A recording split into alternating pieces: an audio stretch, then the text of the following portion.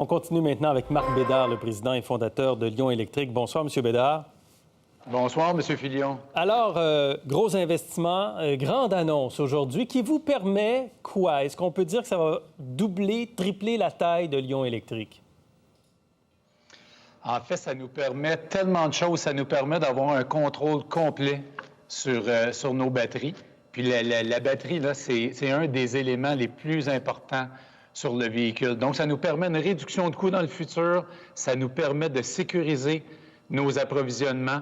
Ça nous permet beaucoup d'emplois, évidemment, comme vous le mentionniez. J'écoutais ce que vous disiez là, au Québec pour les prochaines années. En fait, c'est l'écosystème complet qui est en train de se créer là, au Québec et au Canada. Puis ça, c'était une pièce maîtresse. Cela dit, il y a encore une part d'importation qui va rester, les cellules notamment. Qu'est-ce qui doit se passer pour qu'on puisse importer les cellules pour compléter vraiment le travail et la fabrication à quasi 100 % au Canada? Ça prend des gros investissements, hein? C'est des milliards en investissement pour les cellules. Donc, nous, du côté de Lion, bien, ça ne fait pas partie de notre plan d'affaires, hein? Parce que ça, c'est des cellules qui devraient être vendues là, à la grandeur du marché. Nous, on a jugé qu'à partir du moment où on construit notre module et on construit le reste de nos packs batteries, bien, à ce moment-là, là, ça a un impact important sur nos véhicules. Les cellules, là, dans tout l'écosystème, M. Legault a mentionné aujourd'hui et M. Trudeau également ont mentionné les deux, qu'ils avaient beaucoup d'intérêt à essayer d'intégrer ça jusqu'à la dernière pièce manquante là, qui maintenant est la cellule. Donc, avec la fabrication de l'extraction de lithium, la fabrication de ce côté-là, vous avez, là aujourd'hui, on parle de 100 millions des gouvernements, 80-85 millions supplémentaires vont venir de... Est-ce que ça va venir de votre entrée prochaine en bourse? Oui, exactement, c'est ça. Donc, l'entrée en bourse est imminente. Et bien, c'est exactement ça. Puis le reste, quand même... le 100 millions, c'est tout de même un prêt. Là. Comme vous disiez, tantôt, il y a une partie qui est pardonnable. Oui.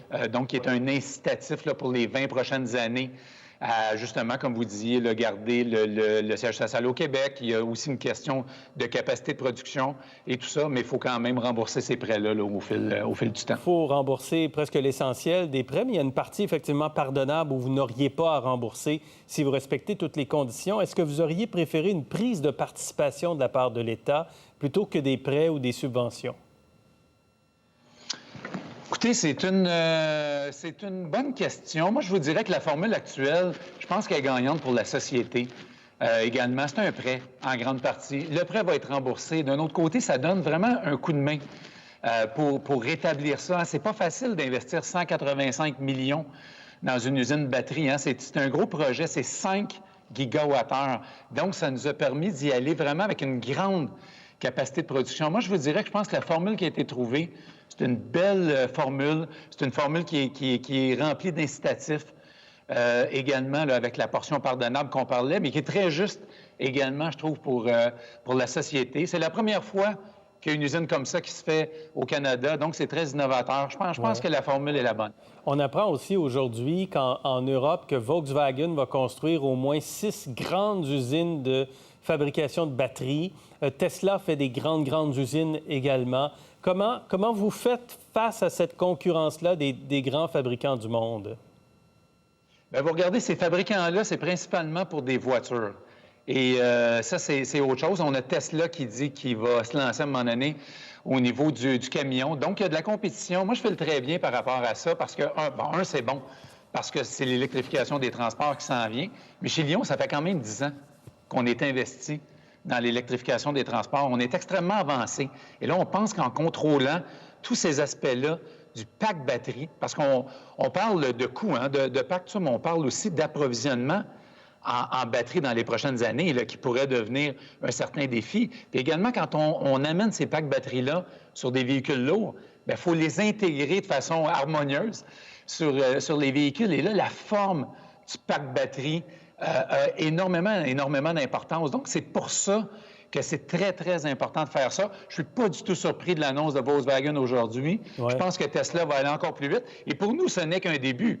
Je serais très content de faire un nouvel investissement quand on va avoir passé la barre des 14 000 véhicules là, qu'on peut nourrir là, avec ces ces batteries-là, on serait très content d'aller à une étape supplémentaire. Et vous avez dit que l'entrée en bourse est imminente. Est-ce que vous pouvez être plus précis que ça encore? Vous vous souvenez, hein, quand on a fait la première production, là, le 30 novembre, on avait dit que l'objectif, c'était de terminer donc l'entrée en bourse là, pour la fin du premier trimestre, qui est dans 2 semaines. Alors, ça serait étonnant que ça arrive dans les 2 prochaines semaines, mais ça devrait arriver dans les quelques semaines qui vont suivre. Très bien. Merci, M. Bédard. Merci beaucoup. Bonne chance pour la suite. Bonsoir, M. Philippe. Merci. Merci. Pour voir nos émissions en entier, rendez-vous sur la chaîne ICI RDI.